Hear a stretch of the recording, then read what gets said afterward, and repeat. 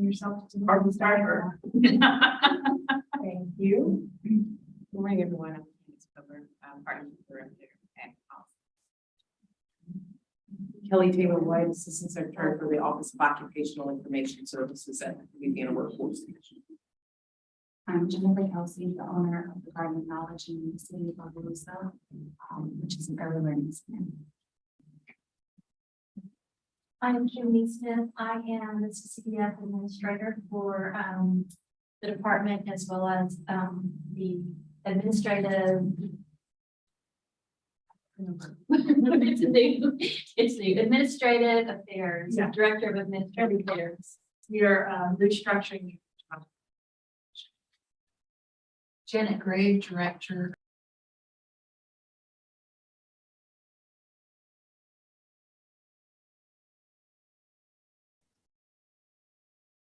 I'm the Director of Access Strategy and Business Supports. Derek Tubes, I'm the Director of Network Strategy at Agenda for Children. So thank you very much, all of you, for joining us this morning. I think what we will do until we have the slides available, if you don't mind, is we'll just use them. They're coming, but use the slides in our folders.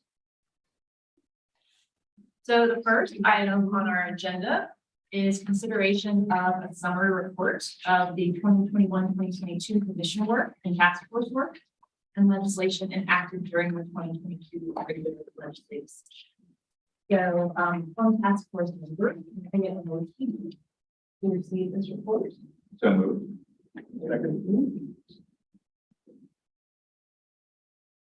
Okay.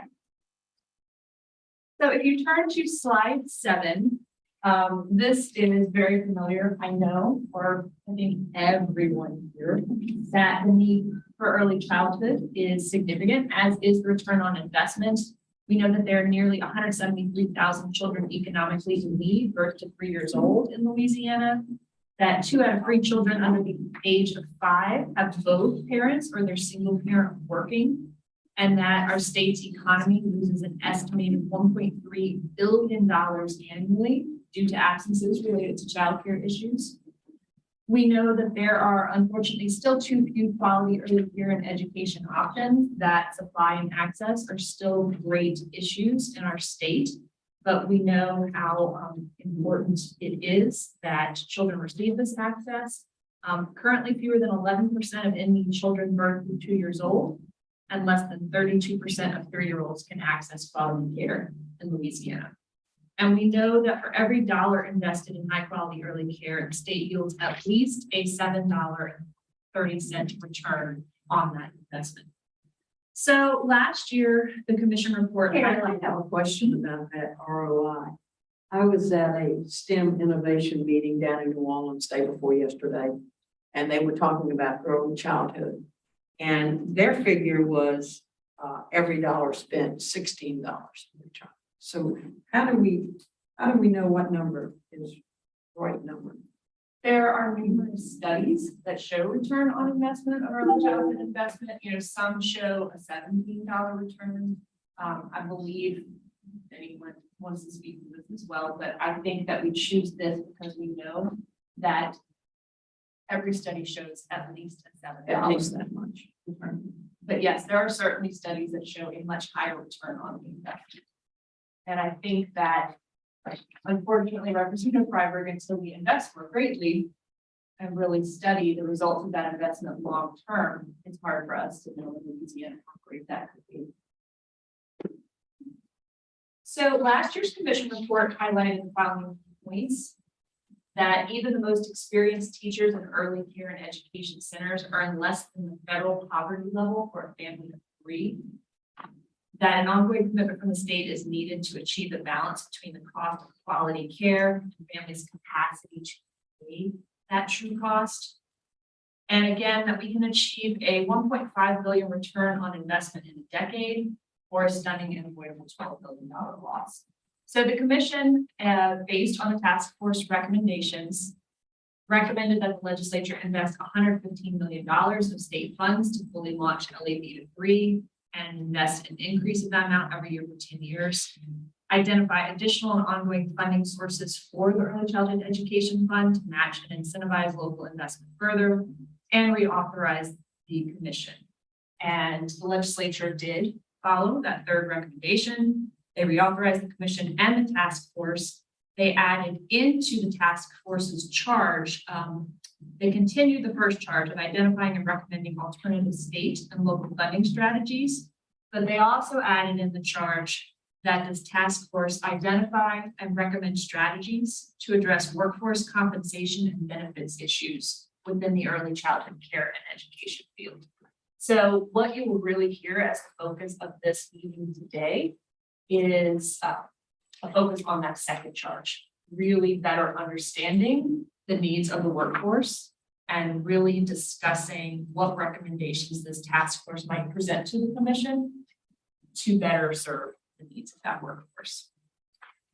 So you see in the following slides, beginning after slide 11, some highlights from the legislative session. Would you want to hit on any of those very briefly? We have 84 million reasons to celebrate with an $84 million investment. I'll skip past these first slides. So $44 million early care and education in the state budget.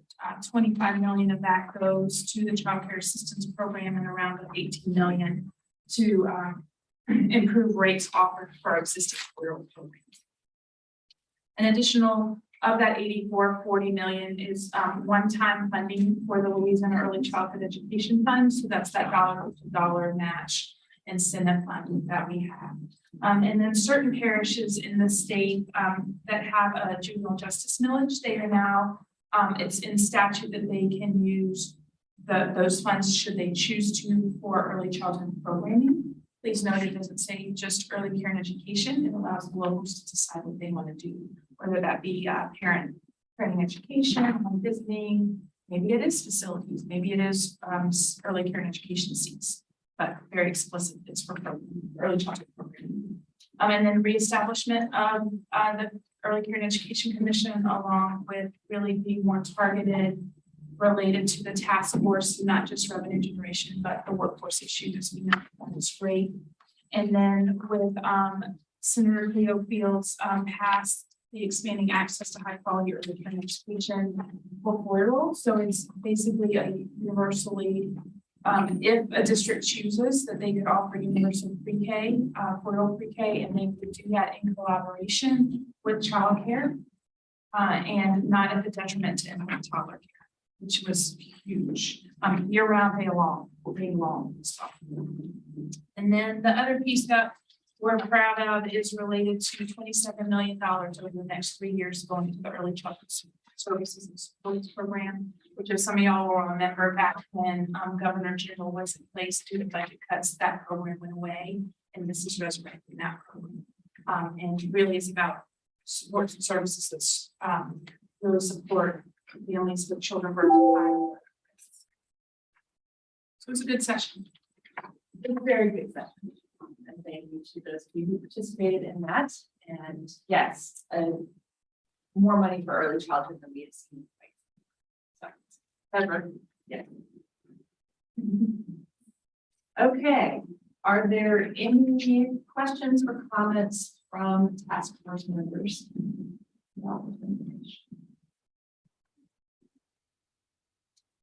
Any questions or comments from the public?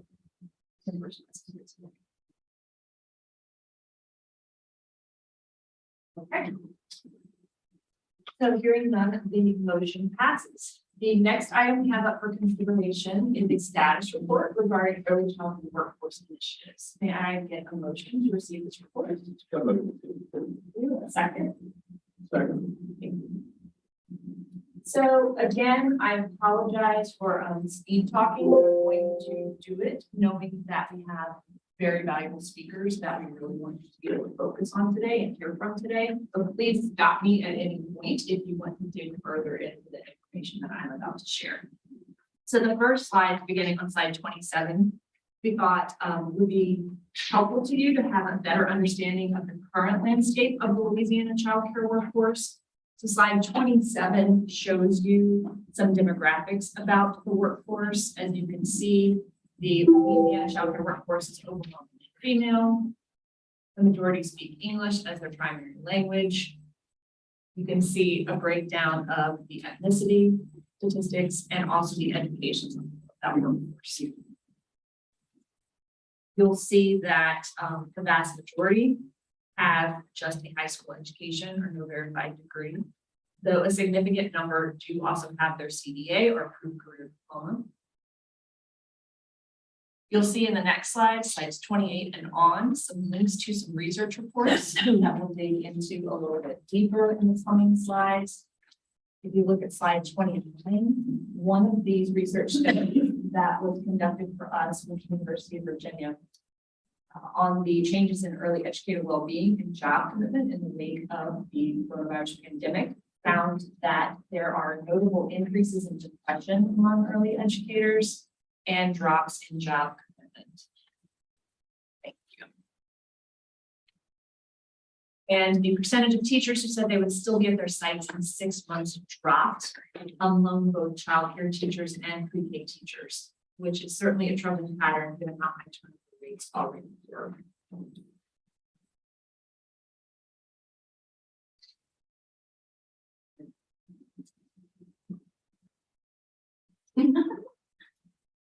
Oh. You'll see on slide 30 some staffing challenges found during the pandemic, lessons from childcare leaders that I think unsurprising to this group. Almost all leaders, 90%, found staffing their site difficult, and more than half of childcare sites lost valuable teachers during the pandemic. That 79% reported they used or plan to use relief dollars to cover staff wages. 53% reported that they plan to use relief dollars to increase staff wages.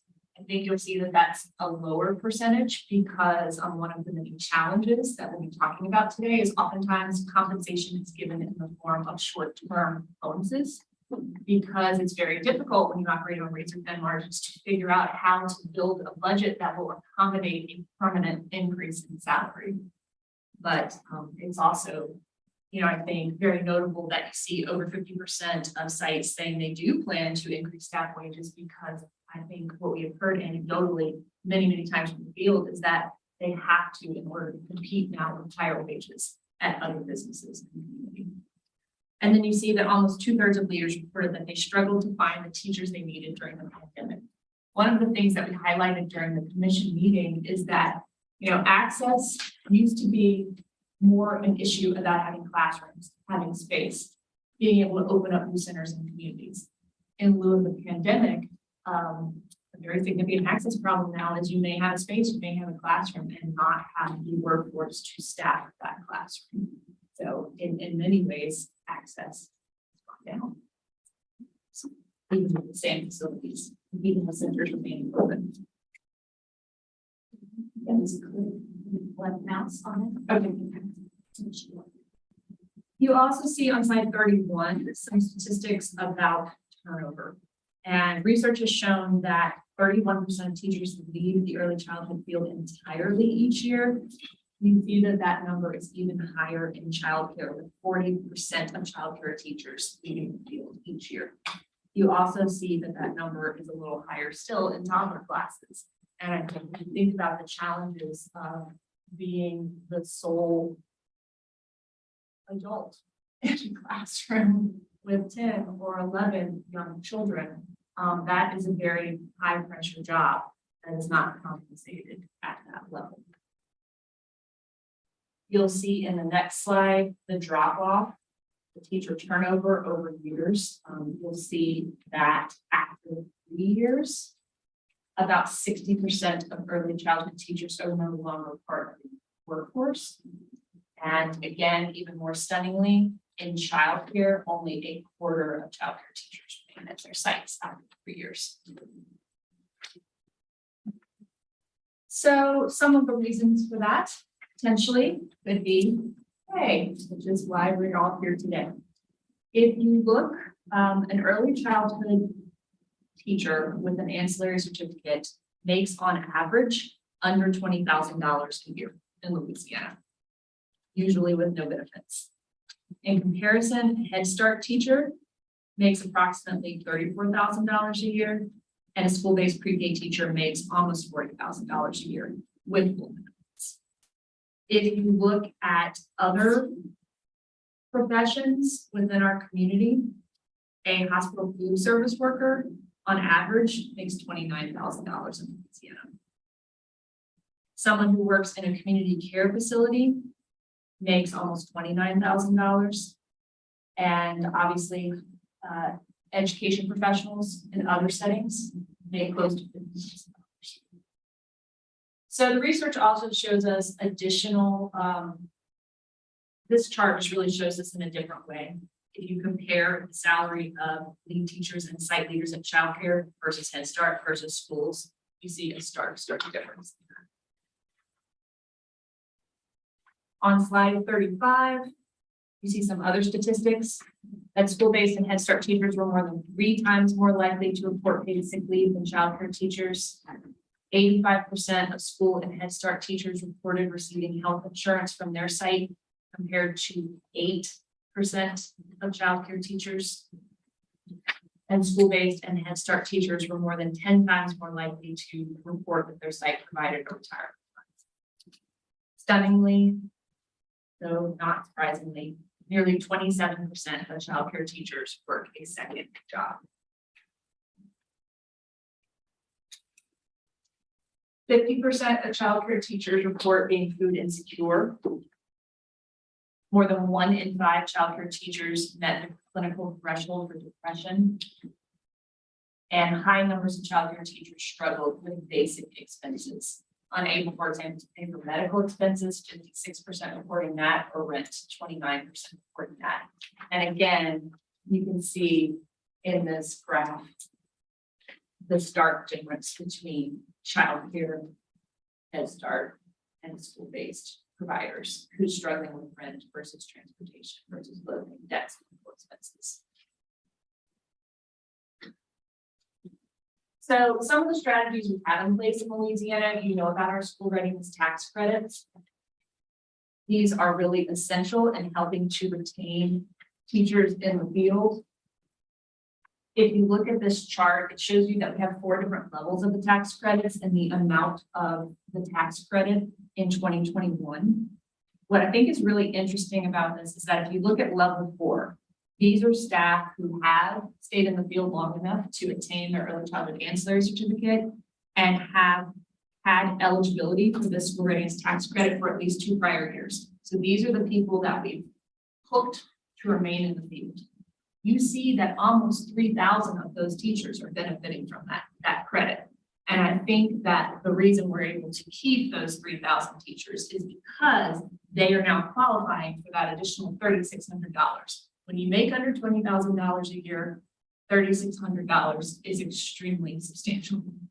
Frankly, I think that would be substantial to any of us, but when you make under $20,000 a year, it is critical that you be eligible for a support like that. But what you see is that the number, for example, of teachers benefiting from level 1 of the credit is significantly smaller. And so the requirement to benefit from level 1 of the credit is that you obtain your CDA. And for those of you who, don't work as in-depth in the childcare field or have as much experience with that credentialing, even at the most expeditious of times, obtaining a CDA takes on average at least 10 months, usually more like 18 months. And then, there are procedures also of getting observed in your classroom, having your portfolio reviewed, taking the examination, getting your certificates then mailed to you by both the council at the national level and through the State Department. And then if you think about the fact that you get the school readiness tax credit one time at a very specific calendar point in time in the year, all the stars have to align very perfectly for you to be eligible for level 1 of this tax credit early on in your early childhood career. So although it's wonderful that we have these programs in the state, clearly you have to wait some time to be eligible for some of these benefits. And so we're missing out and we're losing teachers in the field in the meantime. We also gave out the stimulus dollars and teacher support grant to centers. We gave out $10 million in round 1 of that grant and $18 million in round two, and told sites that it did have to go to their teachers, but that they could use it at their discretion, because we know that the local needs all differ somewhat. And that some sites might have needed that to recruit new teachers to be able to keep classrooms open, reopen them, whereas other sites maybe used it to retain teachers, and some might have used it for other reasons. We've also significantly increased the subsidy rates in Louisiana to better reflect the truer cost of care. And so again, at sites that do have high numbers of CCAP children served, this increase in the rate can help them give better pay to their teachers. But CCAP is not necessarily a stable form of income. You know, CCAP follows the children and the families. So if those families move out of your community or age out of your center, you will not necessarily have that rate replaced in your budget model. And not all centers have a high percentage of CCAP students, so they're not all benefiting from that rate. We're also conducting a compensation pilot that we've just begun this fall, and which for the next 2 years, we are going to give approximately 3,900 teachers selected through a randomization process a supplemental pay increase. Half of those teachers selected will receive a $2,080 annual increase. Half will receive a 10% pay increase, no matter what their base pay is. So whether you are receiving $8 an hour at your site, or whether you're receiving $18 an hour at your site, you're going to receive a 10% increase if you're selected for the study. We're really excited about this study because it's going to give us a lot of different data points to examine at the end of 10 years to see what increased pay, if any, reduces that turnover from the 40 to 44%.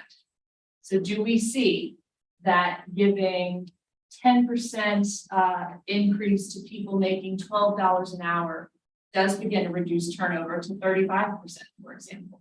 Or does it reduce it to 30 or 25? What is the rate of pay that begins to reduce that turnover? And we're going to have a lot of data points to look at, because we'll not only have the $2,000 versus the 10%, within the 10% group, we'll have a lot of different salary ranges. So it's going to be very interesting to see what is the salary that begins to reduce the turnover. The other thing we want to look at with this pilot is which of these teachers are taking advantage of school readiness tax credit. So is it really that a $2,000 annual increase helps reduce your turnover, or is it that a $2,000 increase plus the tax credit is what really began to reduce your turnover? So we're really excited to be working with ULL on this and to see what we find from this 2-year study. And thanks to the stimulus dollars, we're able to do this. Very quick clarification. So even with the maximum annual increase and with the tax credit, if I'm a child care teacher, I'm still falling substantively under what I could make if I went over to local school district, correct? Okay. Just clarify, like we're bumping, but we're basically saying if we bump your pay, but we still sub-pay you compared to what you can make in another job, will that make a difference? That's. Yeah, and exactly. The teachers that were randomly selected, was it for all the teachers for a particular facility, or was it a random teacher in a random facility? So this was an opportunity that was presented to all type 3, which are publicly funded centers in the state. Directors applied for the opportunity, and then from those director applications, we randomly picked which centers would be able to participate, so that we also have a control group to compare it to. All teachers within that facility are eligible to receive this. Now, knowing about the benefits cliff that we've really focused on, we have given teachers the ability to opt out, because it could be if you, for example, are a teacher making $8 an hour and you're getting the 10% increase or the $2,000 increase, that would be just enough money to eliminate your eligibility for essential services your family needs to survive. So. Would there be anywhere for the state to pay out the school readiness tax credits on a monthly basis, the way we did with the, I know that's probably difficult, but it worked with the child tax credit.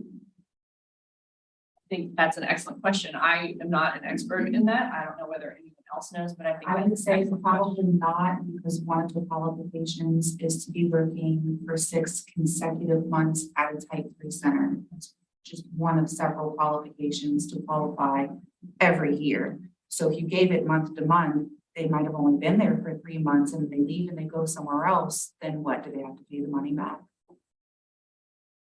Well, I'm wondering if they could just get it, once you meet the qualifications, you would get it as long as you remain employed, and then it would presumably be on the center to tell the state that the eligibility has stopped. I'm just thinking if you're somebody who's making $19,000 a year, getting $300 a month might be more helpful than getting $3,600 at the same time you receive the rest of your tax refund. You can't always wait. So we're very fortunate in Louisiana to have these tax credits for multiple reasons.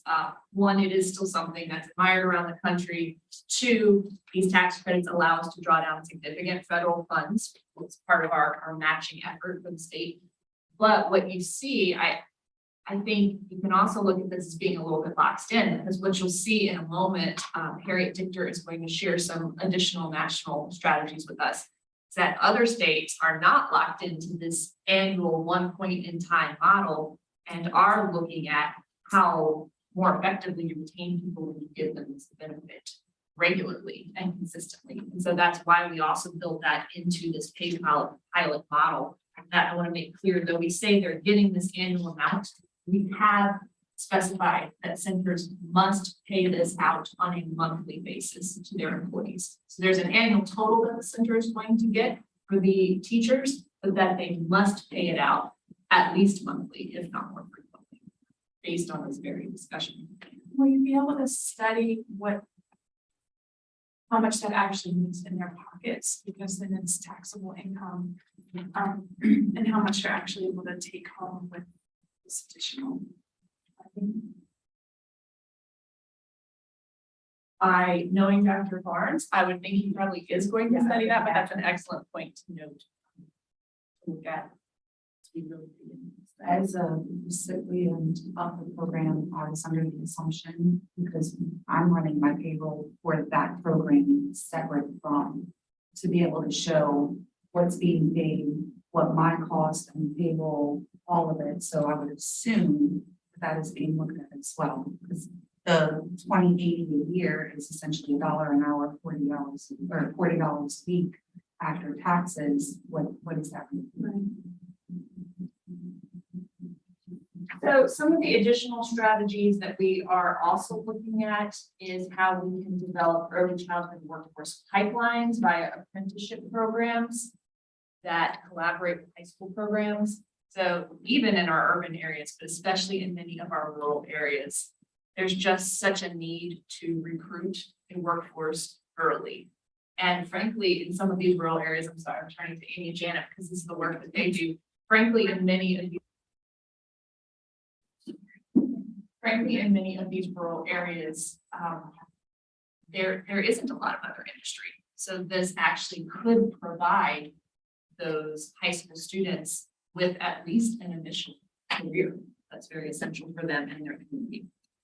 We are also targeting workforce recruitment and retention local strategies, what is needed in each local community as part of our supply building and access expansion grants with Ready Start networks. We're looking to collaborate with healthcare navigators statewide so that even though this would not fully meet the healthcare needs of childcare teachers, it doesn't, for example, give them paid leave time from their centers. It doesn't, for example, necessarily help them pay the co-pays that they might have. But we at least want to ensure that childcare providers are informed about and connected to no or low cost health insurance options through Medicaid and through the ACA marketplace.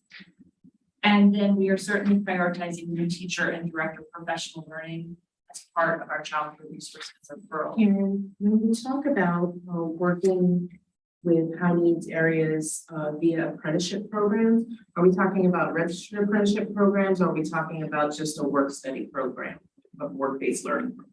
Well, we're really trying to figure out what we're talking about, because part of the problem is that currently childcare is not identified as a priority area because it's not a livable wage.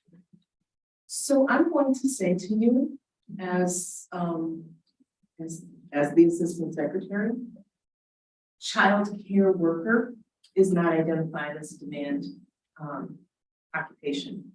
However, early childhood teacher is.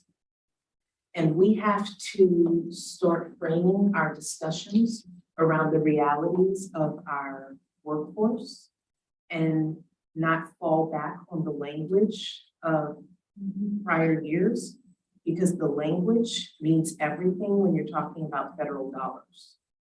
There are registered apprenticeship programs in the field that are already established in other areas that we can model after, and utilizing the proper lexicon, there are federal dollars available.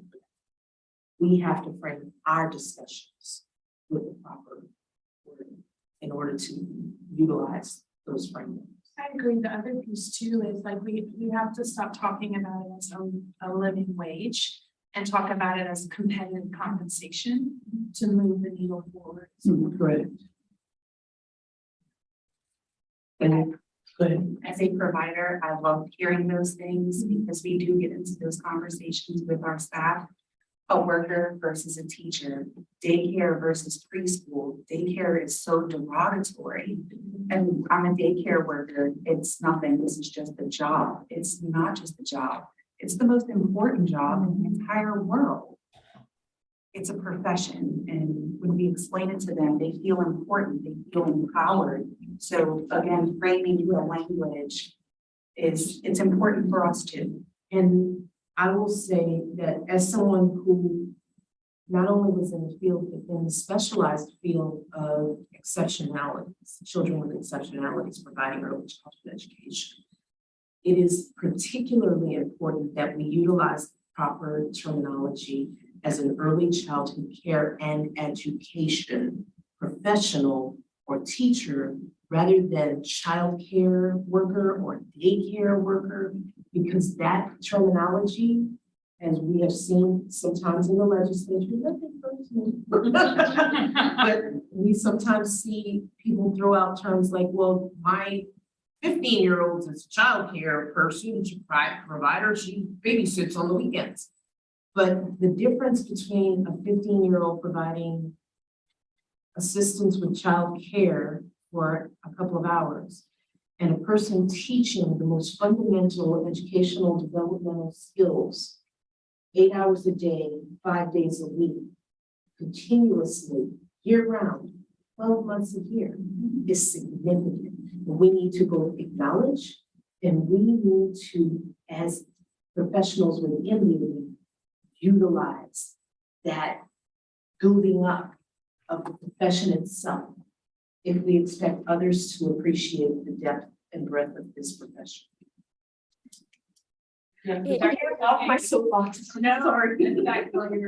If, hey guys, it's Stephanie. Hey team. I wanted to ask, is there anything from the aspect of the community and technical college system and having these courses offered on their campuses? I know they're very focused on 4- and 5-star jobs, which is appreciated, but with the child, and I've heard this in the past, and Senator Mizell has been really good about pointing this out as well, because of the pay that our early educators receive, I believe it's not in those categories and therefore not offered on all campuses. Is that an issue we see in the system? I'll turn it over to the people that know the answer to that question. So this is Kelly Taylor White with LWC. I will tell you that sitting on the TOPS Tech Early Start and the TOPS Tech commissions, we have very purposefully included child development certificates in our funding sources through the community college system. So it is available at various community colleges on their campuses. We have been able to kind of pair that with high schools that are offering the initial training because we want to create that pathway. And how we have been able to do it is honestly through returning the worker, because they do have to be high demand, high wage. And if you are looking at childcare worker, that is not a high demand, high wage occupation. However, when we termed it early childhood care and education teacher, it then fits in. So we have worked very hard to keep that. So to that point, are people in, juniors and seniors in high school, are they getting brought into this as a potential for workforce training as they transition out of high school so that they can then enter the workforce? Is that what's being looked at with additional training thereafter? Is there kind of that pipeline being created? That's correct. We're trying to create that through the Fast Start and the Jump Start pathways. We have created some avenues to begin that education as a dual enrollment kind of situation in high schools, and then go into, currently the pathway is to go all the way into a certified teacher through the Monroe system, and it's sponsored the rest of the pre-apprenticeship program in teaching, but the early childhood care and education is the first portion of it, and they are able to do it through dual enrollment. So you've been able to incorporate early ed educators as high demand, high wage, because they're basically using it as a, and this is not to say that this is how it should be, but you're tagging it that it's a step towards becoming a fully certified teacher. Am I understanding that correctly? It is on the career ladder to become a fully certified teacher, correct? And does that, just to ask the early educators in the room, does that create problems from a workforce perspective? That, I mean, look, I think it's great that those people are doing that. I guess, can we not look at the early educator standalone as its own piece with the ability to ladder, but not anyway, I'll keep listening.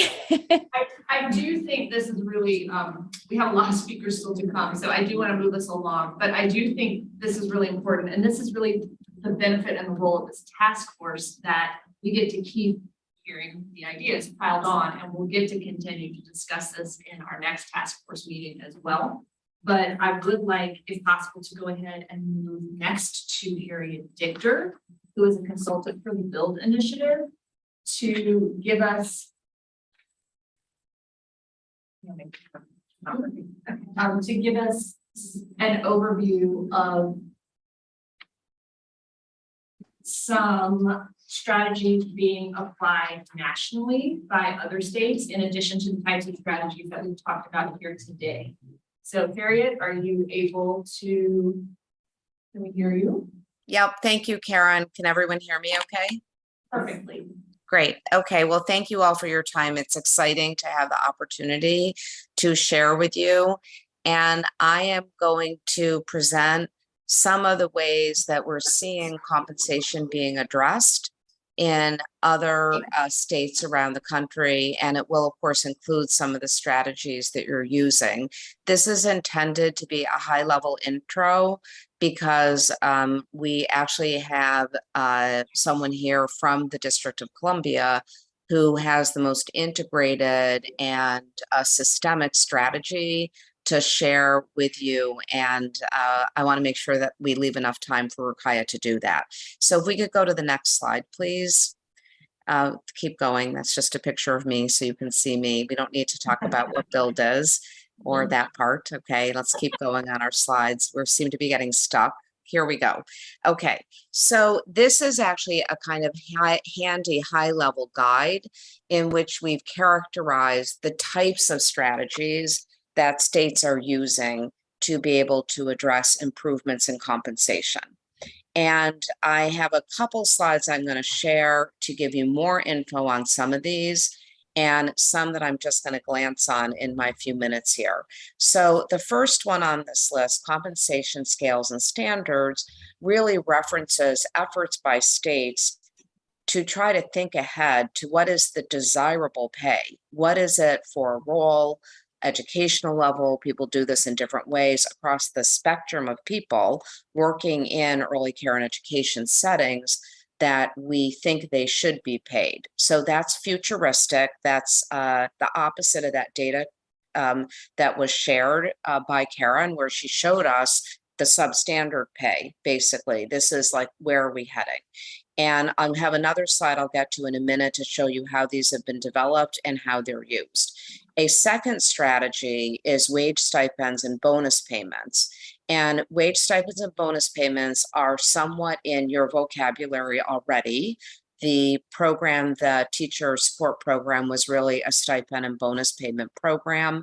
And the opposite of that is the next one on the tax expenditure side is tax credits. It's really another form of that using a different financing mechanism. When we get into the work from the District of Columbia, what you're going to see is a consolidation really of the strategy around compensation scales or standards. What is it we want to pay our people, with a strategy to incorporate that into their wages, basically at the beginning through supplementation, and then Rakaya will explain how it'll work over time.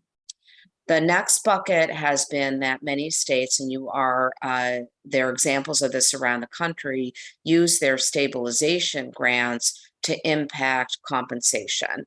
And people did that often by requiring programs that would take childcare stabilization to actually improve wages from where they were. That was one strategy. And some states also provided incentives that you would get more money if you agreed to address basically the wages of the staff. The next line, we have childcare assistance. So that's your CCAP program. And within childcare assistance, we've seen two different strategies basically come together. One is an effort to apply cost modeling, in other words, an improvement so that the rate of pay that you're offering to the providers participating in childcare assistance is more appropriate and takes into account the wages that you want people to be able to earn, the compensation, kind of on a scaled basis.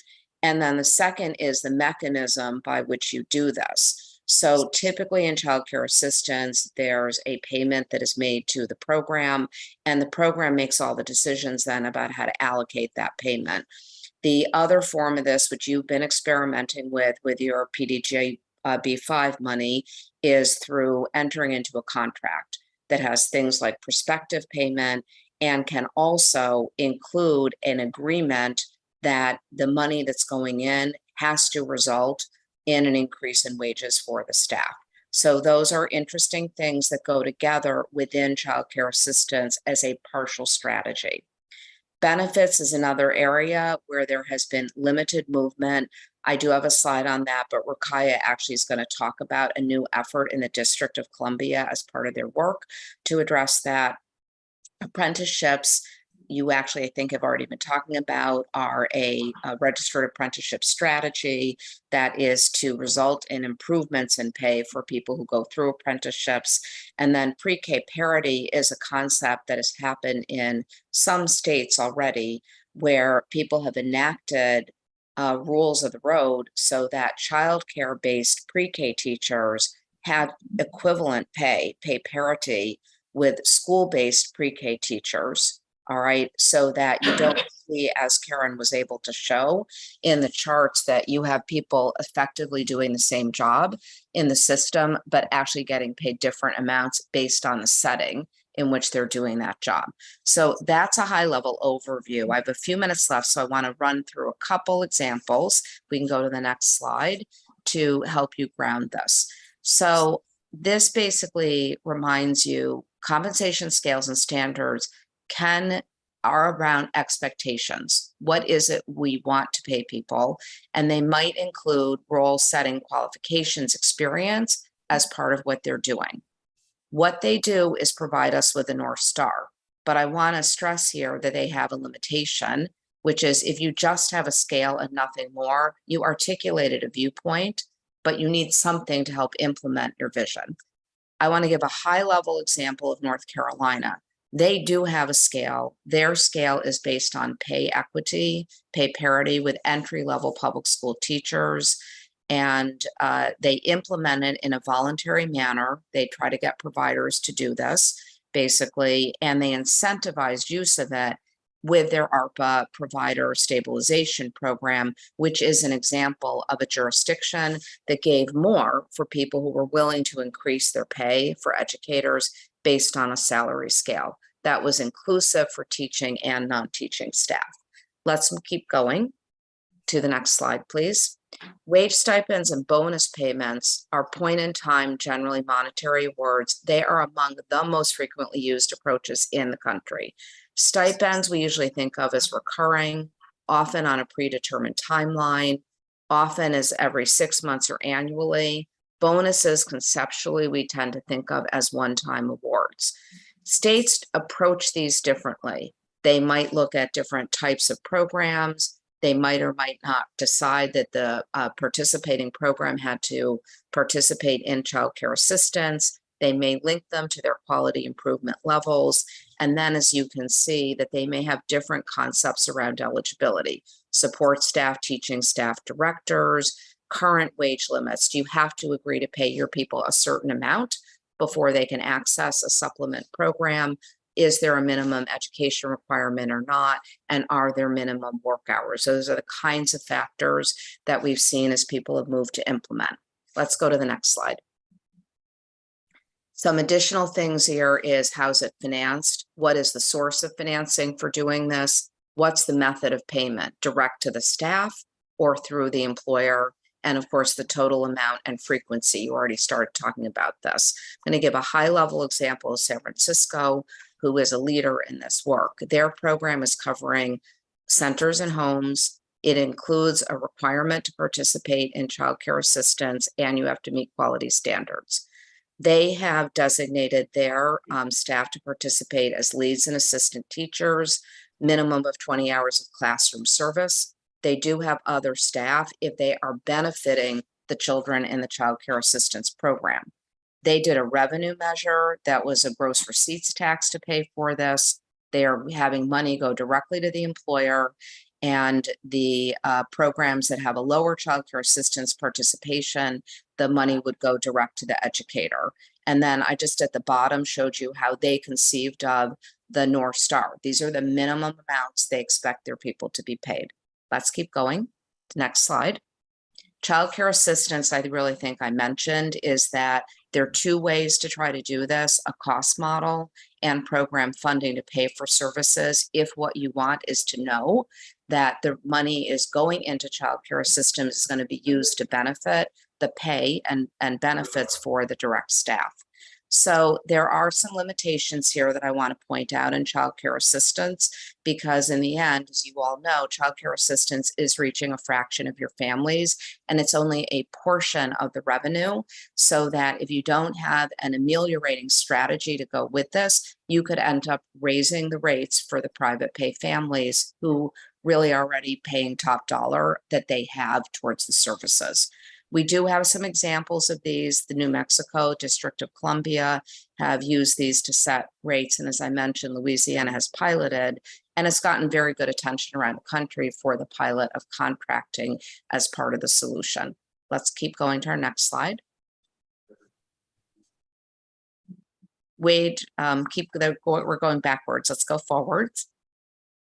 Keep going after this one, please. Healthcare benefits. So healthcare benefits, Washington State has been the leader, and they've had two different ways of doing this. They had collective bargaining. I'm not going to get into that, but that was collective bargaining basically on health benefits for family-based childcare that was in a union. Next slide, please. And let's keep, this one is more critical, I'm sorry. And Rakaya is going to talk basically about a somewhat similar strategy now in the District of Columbia. But basically, this was working to get childcare workers to have access to the exchange or to Medicaid in order to assure full coverage.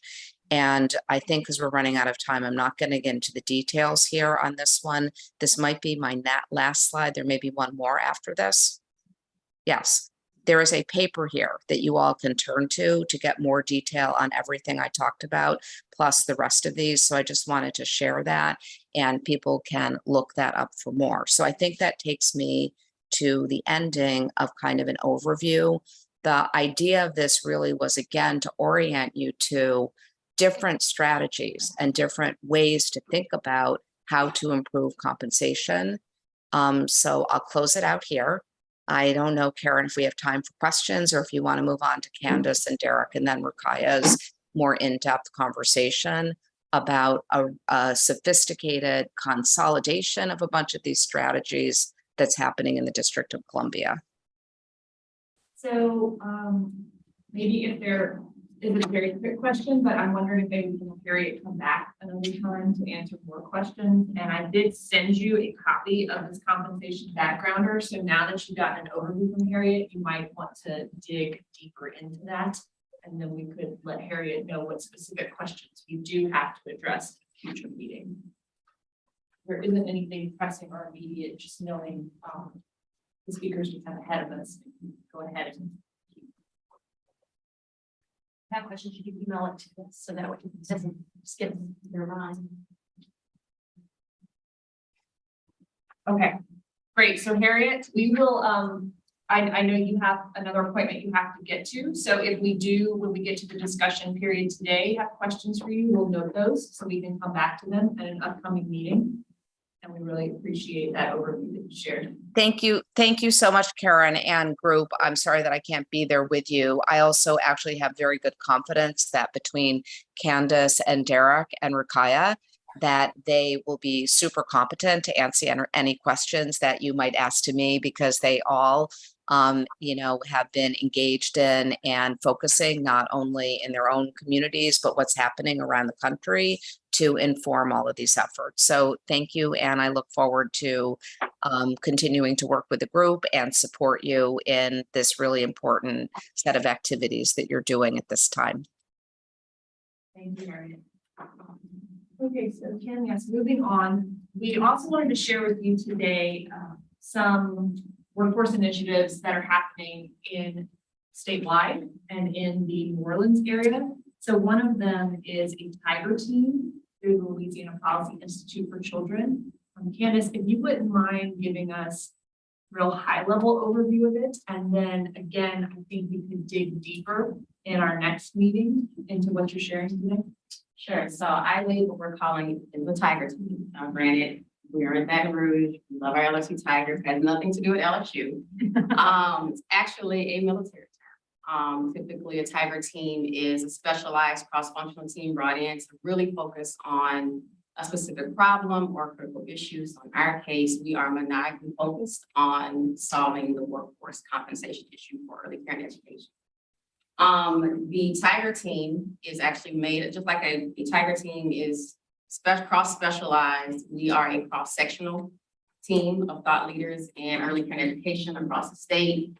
We have child care providers, both small to large size centers. We do have representation from the department, some community and advocacy organizations like Policy Institute for Children. We have representation from the governor's office, early childhood, and then also industry consultants like Harriet, who we just heard from.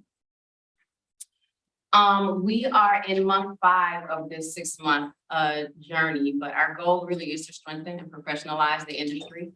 We aim to come away with some public policy recommendations to improve compensation for early care and education and just really professionalize the work that our early childhood educators do.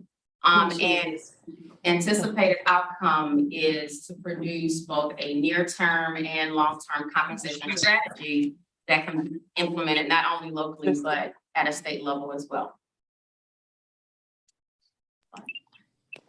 And so just as you all, Karen already gave the report from the department, but we actually started with the current state of compensation throughout the state as well. And so this was just one of the screenshots from the study that the department performed. And we saw as well those grim statistics where our child care teachers are paid significantly lower than both Head Start and our school-based pre-K teachers. And so because we have representation from providers on the team, we also want to hear boots on the ground, what's really happening when it comes to recruiting and hiring or even retaining child care employees, And so their feedback mimics what we saw in the study that the state conducted, but we know that the ARPA funds have worked well, have allowed stipends, hazard pay bonuses as they continue to work throughout this pandemic. However, a lot of uncertainty around what happens when these funds run out. Also concerned about the health benefits and cannot offer competitive pay. One of the providers actually said, you know, she's lost employees to Starbucks. It is better to go work at Starbucks than it is to be an early childhood teacher, which these are the architects of children's brains. And so we know that this is a critical issue, but we heard it directly from the providers as well. And this was just initial reflections when we began this journey. We asked 3 questions. What words come to mind when you think about compensation? What are you concerned about? And where should we start? And so as you can see, these words are what came up. Of course, funding, benefits, and sustainability were the common words, but you can also see salary scale, sustainable funding, salary, wages, pay scales, all these top of mind. Again, this is what really guided where we went next in the discussion and the work that we did with this team. Next slide. So the work that's been done. We spent a lot of time doing the research and actually doing a deep dive into all the strategies that Harriet presented and really wanted to understand what would work or what could work for Louisiana. I think it's like, here we go, going backwards. There we go. What should compensation look like in Louisiana? How do we define compensation? Who would be eligible? And what would a Louisiana version of any of those strategies look like? And so we actually landed on the standard compensation wage scale. Next slide.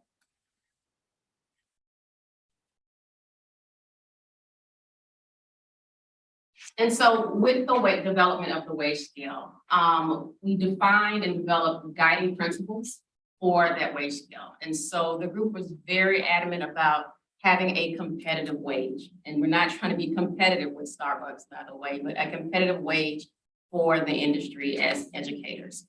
The group also was very clear that experience in the field and the profession is just as important as credentials.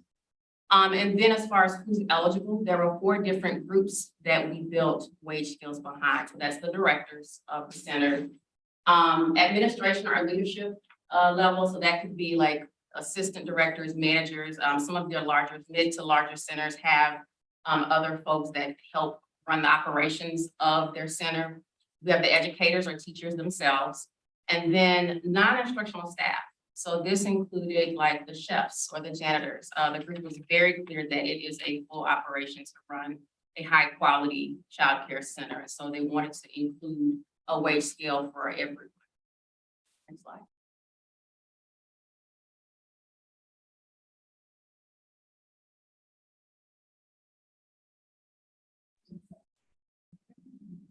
All right, so this is just a sample framework. These aren't the actual numbers, but I wanted to make sure you understood just the framework of the model. And so going across accounts for the credentials, and you see the incremental increase from the base hourly wage, and then going down the scale, we're accounting for the experience. And so typically, merit increase or cost of living increases 1 to 3%, and so we landed at 3% between each band for experience. And so for an example, so the next slide, if you had a childcare teacher at a master's degree level, or let's say a baseline hourly wage is $20. If you had a teacher, master's degree, 35 plus years of experience, that teacher will be paid at 1.42 times the base wage. So in this case, it would be $28.40 an hour, annualized, that's around $59,000 a year. And so, if we, well, let me just pause. Well, actually, I'll do the question again. If you go to the next slide, this is our recommended baseline for each of those 4 buckets. And as I mentioned earlier, we do have a full scale built behind each one, but wanted to give you just a view of a baseline wage. And this is also based on 2 working parents, 2 children household, to meet minimum standards based on local cost of living in Louisiana. So that takes into account things like food, childcare, medical expenses, transportation, housing. And so this is where the baseline wage would begin for each of those groups. Still work to be done. So as you saw in the word cloud, identifying funding streams is critically important. We know that localities can't do it alone. Public funding will be required to scale this and to implement this. The team is firming up our short-term and long-term strategy, which is around implementation.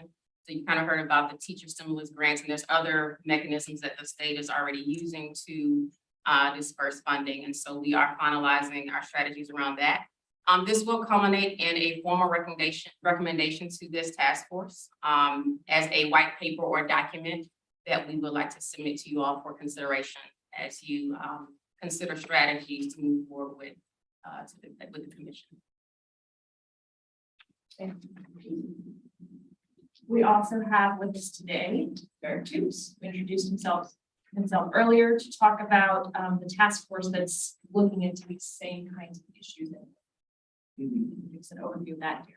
Yes, so similar to this body, we have called a task force, but our particular purview has been Orleans Parish. So as the Ready Start Network, Orleans Parish, we're leading this work. So most of you probably know that in April, we passed a millage in New Orleans. So that will generate up to $21 million a year. And hopefully we will get dollar for dollar from the state early childhood fund to match that. And most of that is going to seats and or all of it's going to seats and capacity building. So what that means for us in Orleans is we have to hire between 500 and 800 teachers within the next year, actually less than a year now. So we are really critically thinking about how do we ramp up our capacity and our infrastructure in Orleans Parish, both in the short term and in the long term. So that's the genesis of the task force. So these are the high level goals of our task force, and we are right around midway through. So what we did, we started by defining what workforce is and what it means for the local early care and education sector. And then we identified 3 distinct components that comprise it, and that's how we framed our work, and I'll introduce those in a second. And then we did some mapping, so we identified both local and state efforts related to supporting the early childhood educator ecosystem as a whole. And once we did that, we were able to identify the gaps, the constraints, and the challenges. And then we can be more nimble in the way that we generated our solutions, knowing what exists, what might need to grow, or what doesn't exist, and then how do we introduce that. And so we are putting together a playbook, which we would be happy to share with this body, with the caveat that it is for Orleans Parish, but a lot of the kind of framing that we're doing would be applicable to the state. So the 3 buckets that we are looking at are the blue bullets there. So we're looking at preparation and career pathways. So how do we get folks into the field and how do we keep them there? And then retention and recruitment, again, how do we get them there and keep them in? But the preparation career pathways, what infrastructure exists for preparing them? Then the last one, of course, is compensation, which we have defined as both pay and benefits.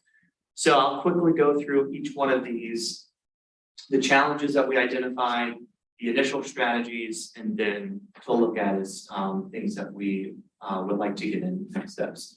So for preparation and career pathways, we identified that there is limited infrastructure and funding for preparation. Yes, there is some that exists, but at the numbers that we need to build some of those things out. We have a number of providers on our task force, and they have identified that most educators need to work full-time while learning. And that's also twofold given the funding mechanism for Louisiana Pathways. There are scholarships available, but it's for full-time teachers. So that's something that we need to be able to expand. And then Louisiana Pathways, they do great work, but they're often backlogged, so that's just a capacity issue. And we're noticing that with funding and as well as with different credentialing processes, that that's taking a couple of months for some things to get through. Initial strategies, we are working on clarifying career pathways. So what we would like to see is some sort of map that says if you are a high school student, if you are, a current teacher, if you are, whatever the community of interest is, what does preparation look like for you? How do you get into the field, stay into the field, and maybe move laterally? And then what funding exists or what training or preparation opportunities exist for you, depending where you are in that scale or matrix. Certainly we'll want to improve public perception of the profession. It is important work, as has been noted numerous times here today. But frankly, we're suffering from a PR problem because we're not paying folks that much. And to Assistant Secretary, what's your name again? Kelly Taylor White. I'm down for that. So how do we move beyond that childcare provider to early care and education teacher? So we've been very intentional about that framing as well. And in one of our Ready Start Network grants, we have some money to do a media campaign. So we're going to launch, begin that work very soon. So things that we've looked at or would like to look at: paid apprenticeships, what we have talked about a little bit, but note that we're a paid apprenticeship there. So making sure that we can train folks while paying them. WIOA dollars, we're starting to have some conversations around that and really leveraging, the full gamut of resources that are available both federally and locally, and at the state level. High school pathways and dual enrollment. So we've talked a little bit with Bossier and Rapides Parish and East Baton Rouge Parish. There are other parishes that are doing this. Would love to connect with them.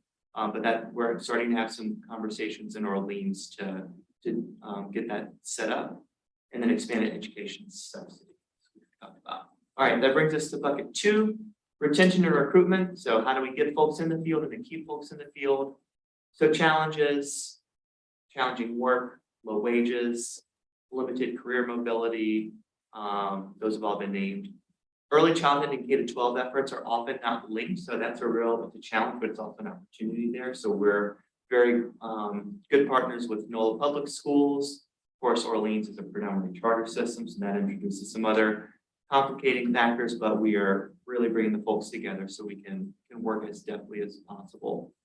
And something that was pointed out is early childhood programs often operate in silos. We have so many different funding streams, different requirements, different program types. So folks are doing good jobs in their particular streams, but we still have a very fragmented ecosystem. So how can we bring people together either through communities of practice or not just braiding funding, but really braiding services that are available? So some initial strategies for retention and recruitment. We're looking at retention as our primary strategy. Had a really interesting conversation with somebody who works in talent development in the charter system, and she was providing me with dollar figures for retaining a teacher versus recruiting a teacher. And I'm not going to share those because I don't want to provide a false figure. But it was pretty staggering, the amount of money to recruit a teacher versus retain a teacher. So again, if we're framing things from an economic perspective, that's something that we are going to continue to look at.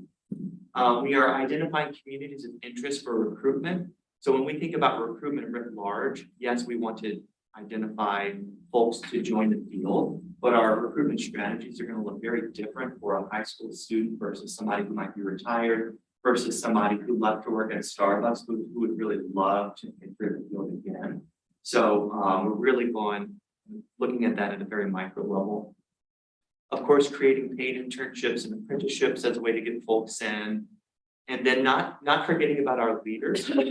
We're Jennifer Children, we just launched 2 new programs, one focusing on supporting family childcare providers, and then one focusing on new leaders, which is defined as a leader of a program in the first 5 years. So making sure that we're supporting our leaders so that they can support their educators and build their programs in sustainable ways so that they're supporting folks. And then again, immediately. Something that I'm really interested in looking at is other industry strategies. So what are other industries experiencing similar challenges? What are they doing so that we can, kind of take a step back from just the education ecosystem and to take some lessons learned from some other goals. And of course, sustainable incentives. I think we are really grateful to see an increase of attention and funding right now. But as we're thinking about setting up early childhood for success in the long term, how can we smartly utilize funds such as funding, study with UL, like Karen mentioned, that's a good use of one-time funds to then give us some long-term insight. So we're also thinking about that in our calculus. And then the last bucket is compensation, which is paying benefits. So we've been working with Candace and Louisiana Policy Institute for Children. But noted, the important thing to note is that is a statewide recommendation. We have the ability to potentially act a little bit more quickly and nimbly since we're such a smaller geographic area in Orleans Parish. So some challenges that were pointed out for compensation and benefits. Inconsistent access to benefits and shared services, of course, benefits cliff and low wages. And then there's a wage imbalance across programs and types. So going back to one of Karen's first slides about turnover and how that is different between a school-based site versus a Head Start site versus a private early learning center, likely that is tied to wages because we know that those wages are differing by the program type. So that is a challenge. Some initial strategies. Candace and the Tiger team is really looking at the benefits landscape. That is something that we want to do. Look at the benefits landscape and hierarchy. So we know that some access to benefits exist, but what we want to do is really engage programs, teachers, directors to see what do you have access to, what do you not have access to, what do you want access to. We can, around this table, think of things that we think will be high yield for folks, but unless it's something that will truly be high yield because that's what they want or will utilize or will make significant or add significant benefit to their lives, we need to make sure it's coming from them. So that's something that at our next task force meeting on Monday, we're going to begin unpacking that. And then exploring wage enhancements, which I think we're going to hear about. And yeah, things to look at, funding streams, true cost of care, we're starting to look at that. But again, I think the important thing here is sustainability over time and the internet for protection. So that's what we're doing in Orleans Parish. We're happy to share out as we complete our working playbook. We'll have a draft in December, and we can share that with this group. And we're happy to be thought partners in this on the things. Thank you very much. Well, and though I hope that work of the Piper team and the Orleans Task Force certainly can help inform the discussion of this admission task force this year. I also think that the work you're doing now will continue to improve the task force next year as well. I mean, it's going to take some time to implement multiple strategies. So thank you very much. So next we have with us Rukaya and Shaheen from DC Action. Rukaya, are you able to hear us? Are we able to hear you? I do hear you. Great, we can hear you as well. So thank you so much for joining us today. We know your time is very valuable and we are very excited to have you share with this group today the extraordinarily exciting things you've been able to accomplish in DC this year. Yes, I'm so excited to be here and share where we are in DC with you all. Just so you all know, I'm here representing the Under 3 DC Coalition, which is a coalition of more than 40 organizations who've worked to advance an equitable early childhood system through full funding of the Birth to 3 law, which I'll describe in a minute. Just so you have a sense of kind of what we are, we're all these organizations, plus we organize parents, grandparents, teachers, and providers. So we have a big constituency of folks who are kind of living on the ground and have the experiences of the day-to-day impact of systems that don't work. So that is kind of who we are. I'm also, my employer is DC Action, which is one of the 6 organizations that run the Under 3 DC Coalition. But we can move to the next slide. To give you all some background, and there's a lot of workforce initiatives happening in DC, and I won't be able to cover them all in this presentation, but I wanted to focus specifically on the compensation work that we've all been doing over the last couple of years, because I think that's kind of one of the strongest pieces of our work so far. And it's rooted in a law that was passed in 2018 called the Birth to Three for All DC Act. And it's that law is kind of meant to be a comprehensive early childhood systems building law, and it has different parts that cover various components of the childcare sector. There's also home visiting. There's some early childhood mental health consultation. And it's quite in depth. I won't cover that in any detail today, but it is quite an interesting law on its own.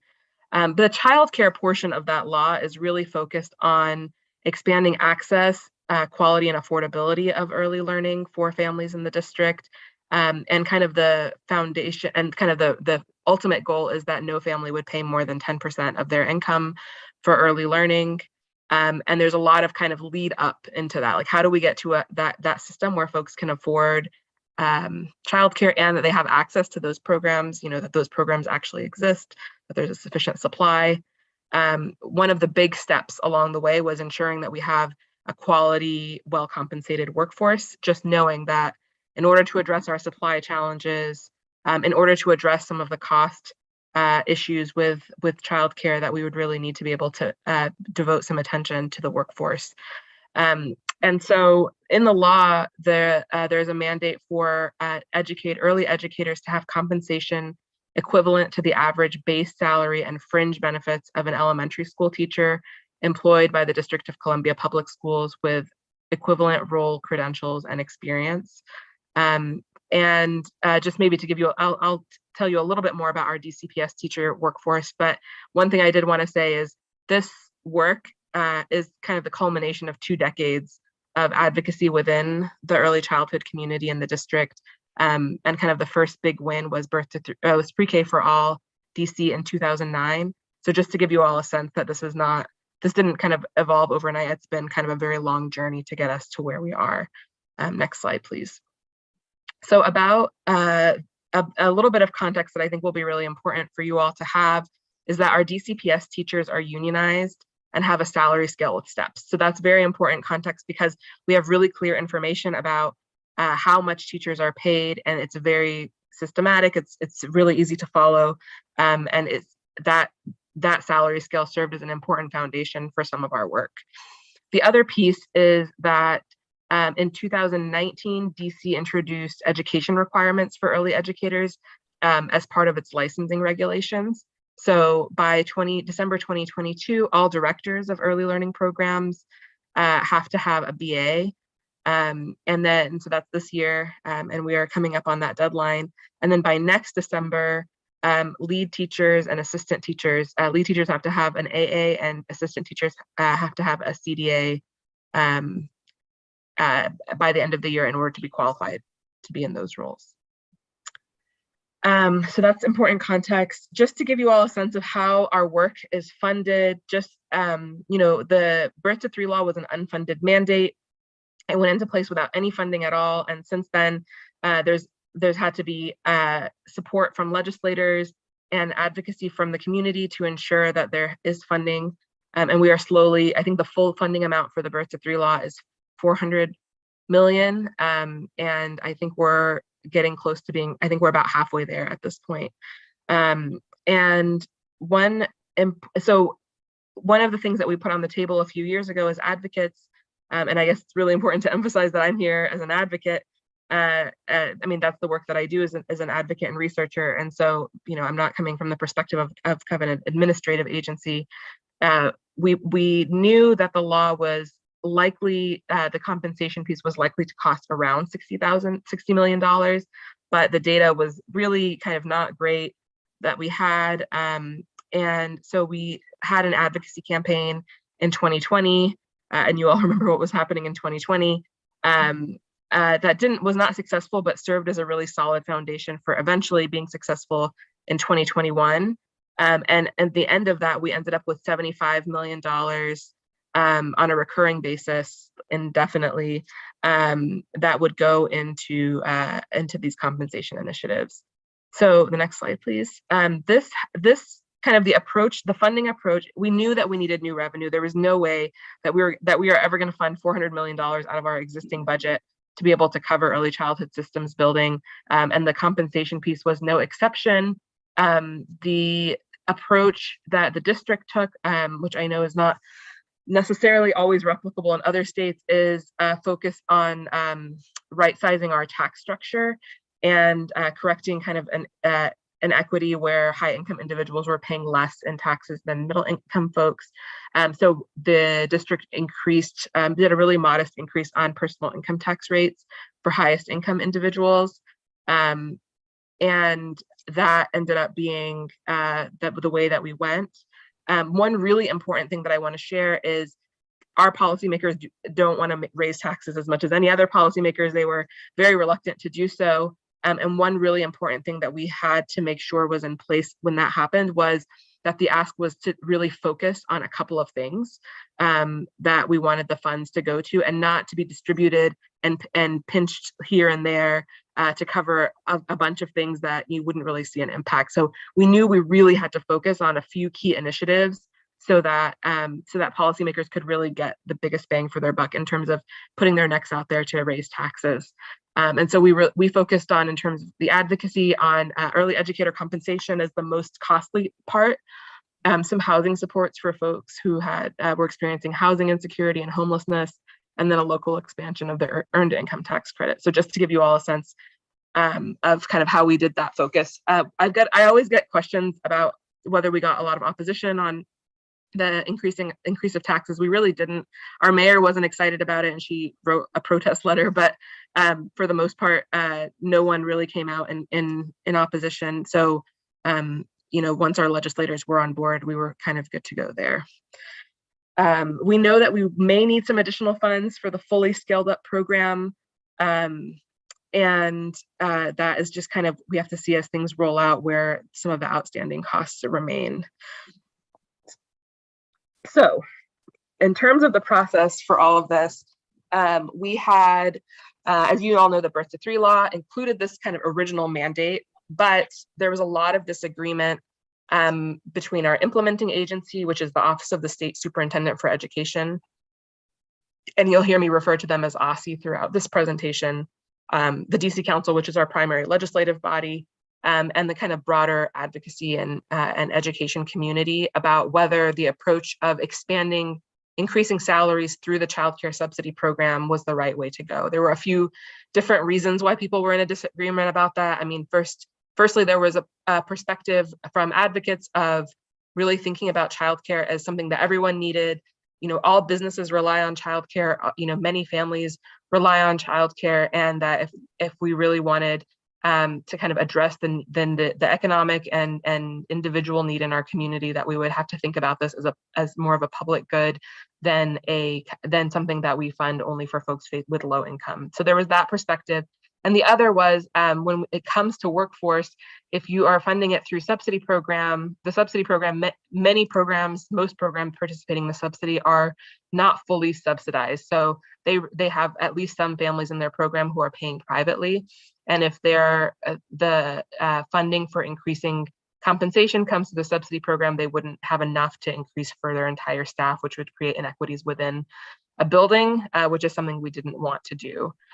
So where folks ended up landing was, let's think of this more broadly and let's include the entire childcare sector in this, and not just subsidy programs, which is, I guess that's the spoiler alert. But in order to get there, the council chair deposited all the revenue into a non-lapsing fund and created a task force to develop a plan about how we would approach compensation.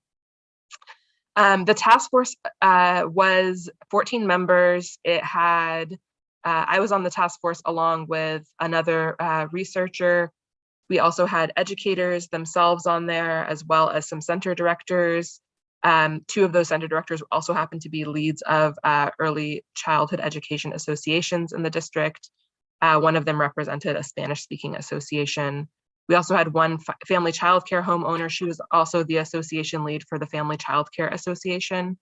And then one person who was just an association lead, did not run a facility.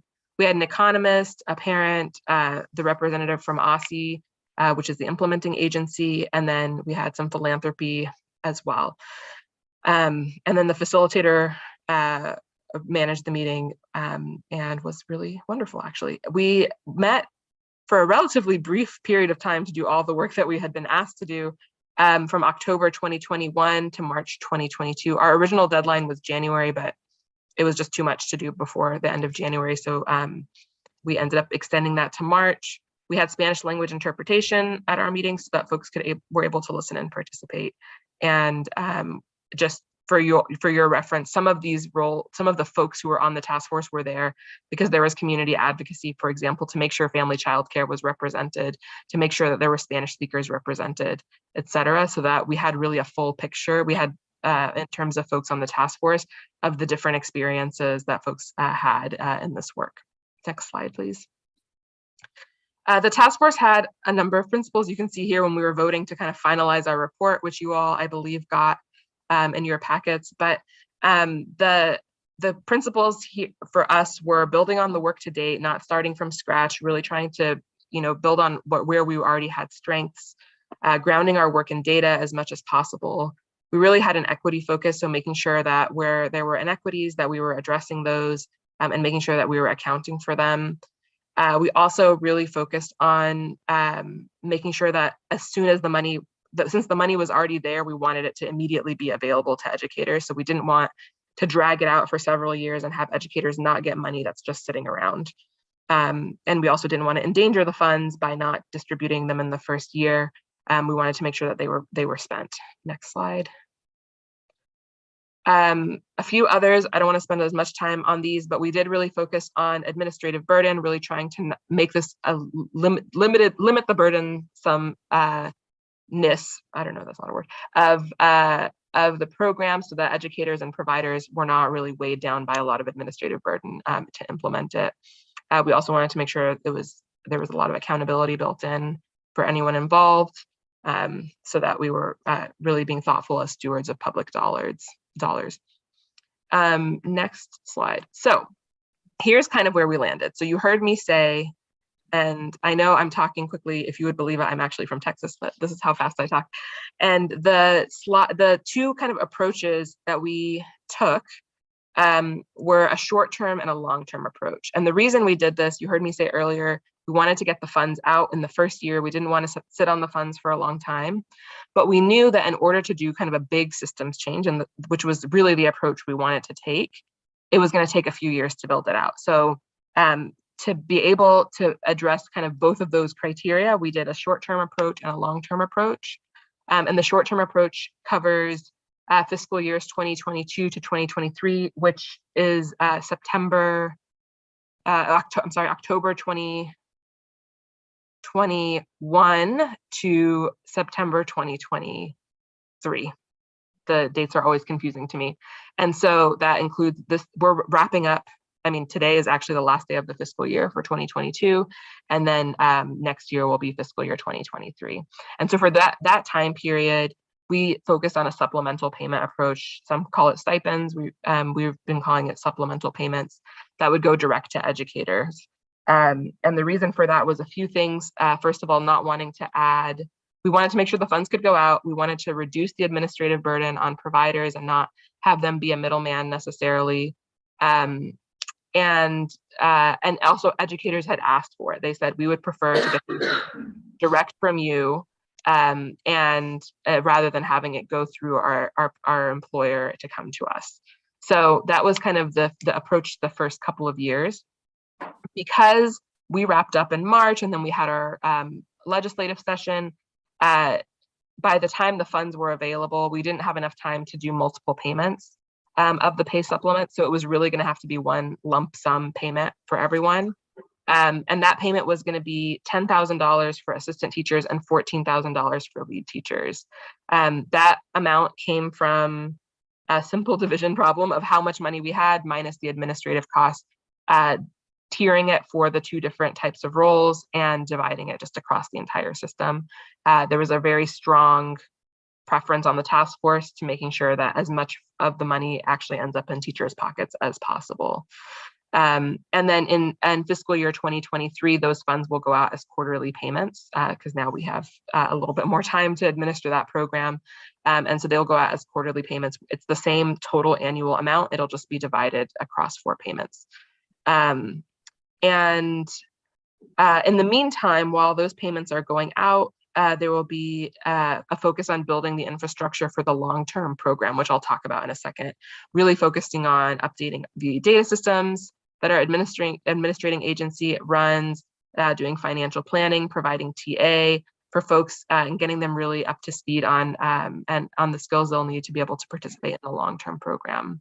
Also, I think I mentioned a little bit earlier, our data hasn't been amazing throughout all of this. We have some very limited data. And so really wanting to bolster our data collection for the purposes of spending accountability, for informing how much it's going to cost, for developing the long-term payment mechanism. There's just a lot we knew we needed to know more of.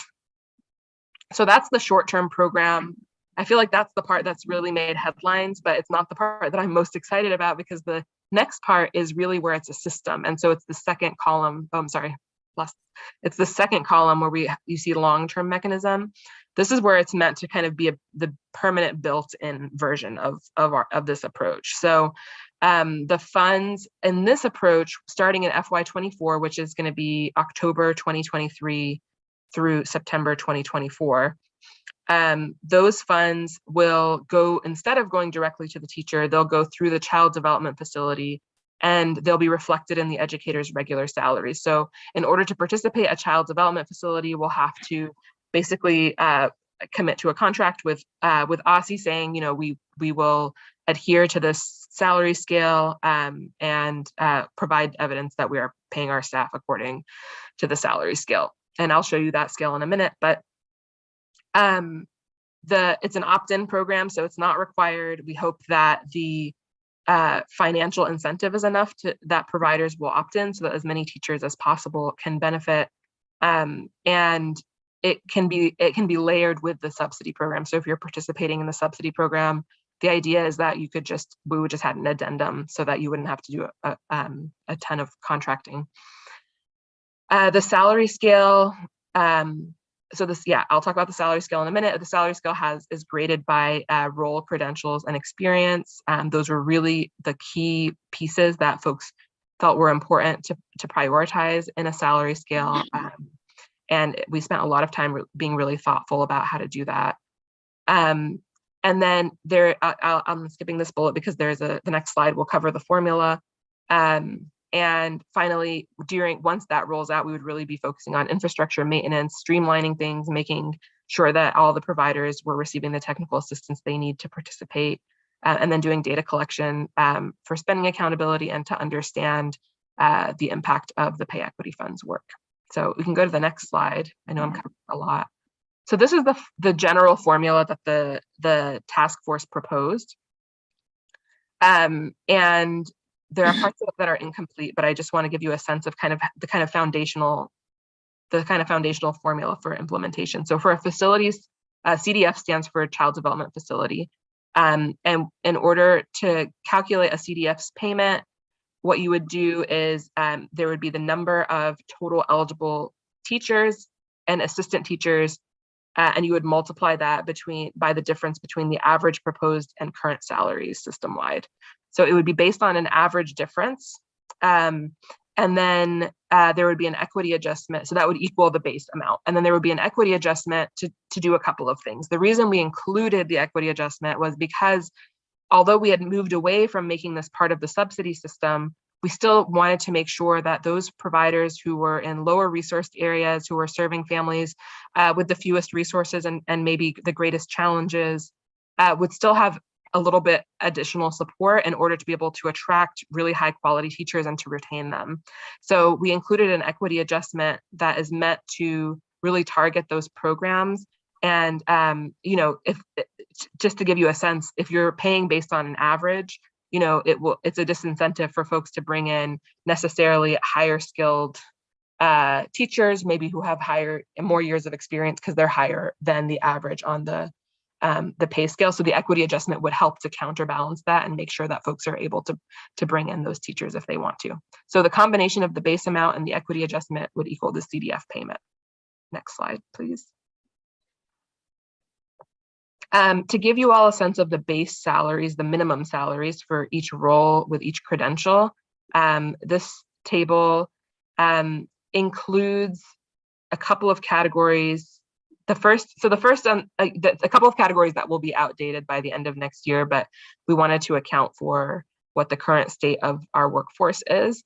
And so for assistant teachers, by 2023, you have to have a CDA, so this less than a CDA category will go away. But for CDA, teachers with CDAs, which is the minimum, they would make $45,448, which is about $21.85 an hour. And just for your context, our minimum wage in the district is $16.10.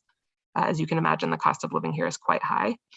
And then the AA salary would start at $48,216. For teachers, again, that CDA category is going to go away. You will have to have an AA in order to be a teacher in the district.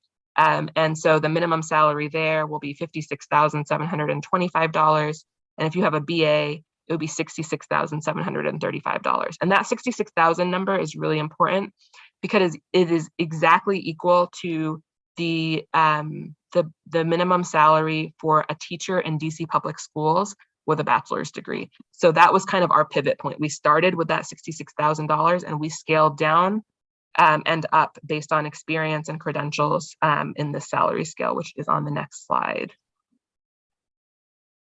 So you can see here lots of numbers. I'm not going to go through it in great depth, but just to give you a sense, what you see on the minimum salary column for both tables is those minimum salaries that I just showed you in that previous slide. And then each step is a year of experience, and we have a ceiling at 16. So at 16, you would just get cost of living adjustments, hopefully from your employer, but no publicly funded increases.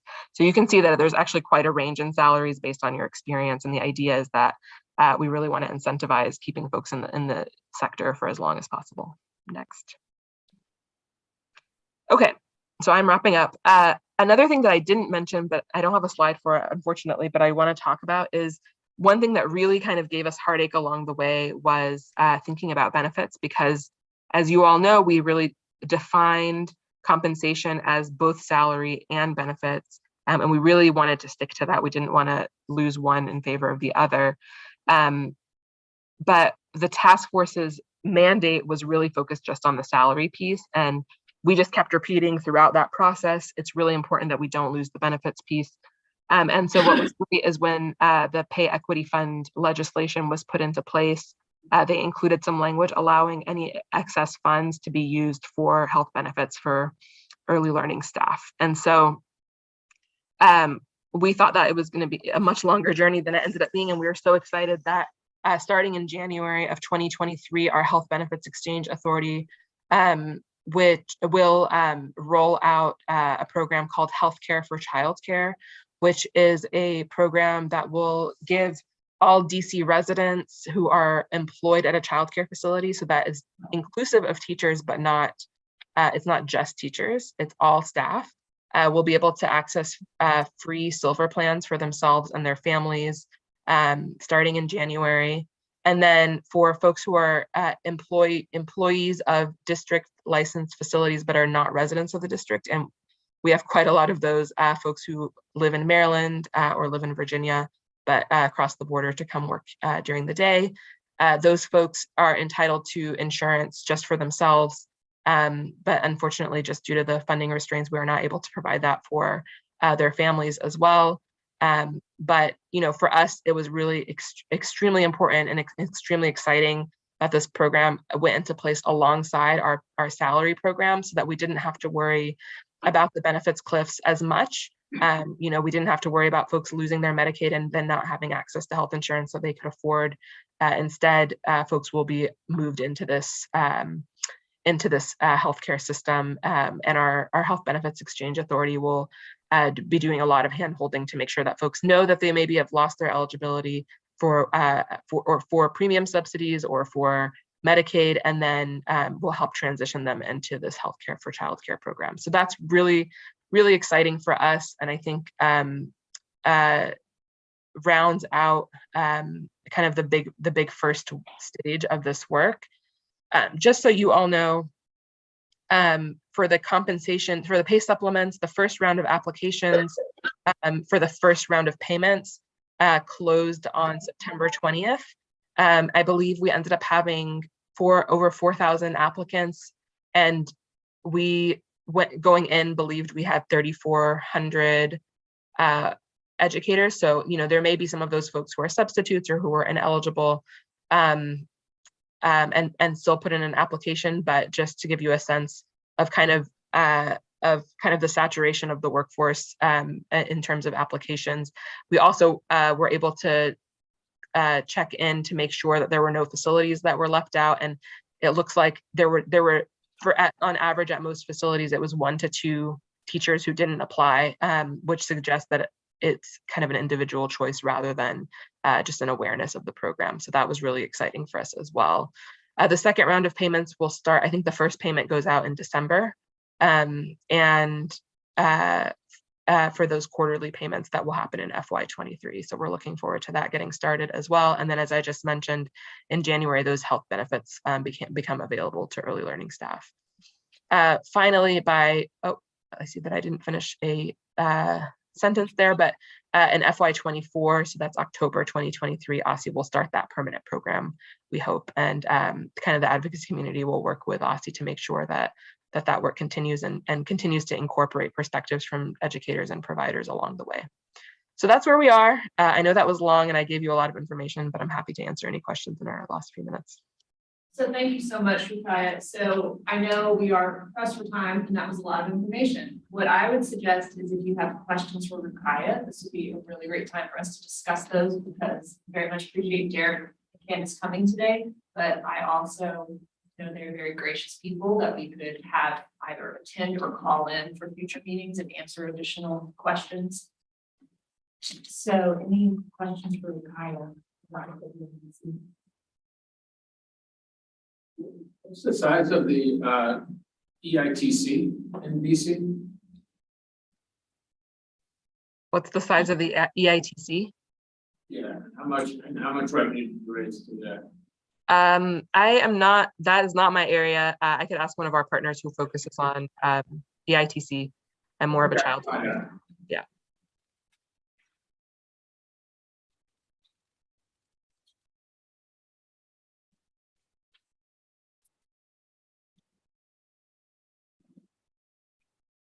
I think what's exciting about what you shared is that you didn't want to be delayed by getting the perfect system immediately, that you started with a short-term solution while still developing your longer-term goal.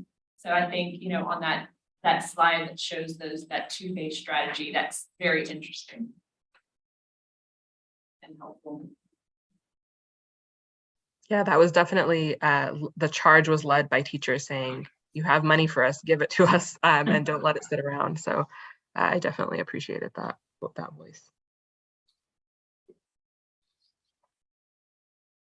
Do you have a sense of the size of your workforce in DC? You know, how many total teachers and how many total early learning sites that you have that we could sort of think about in comparison to our state? Yes, so we have, I believe, 30, at last count, we were confirmed to have 3,400 teachers and assistant teachers. In terms of the number of sites, I think it's 460. I'm just trying to, I have that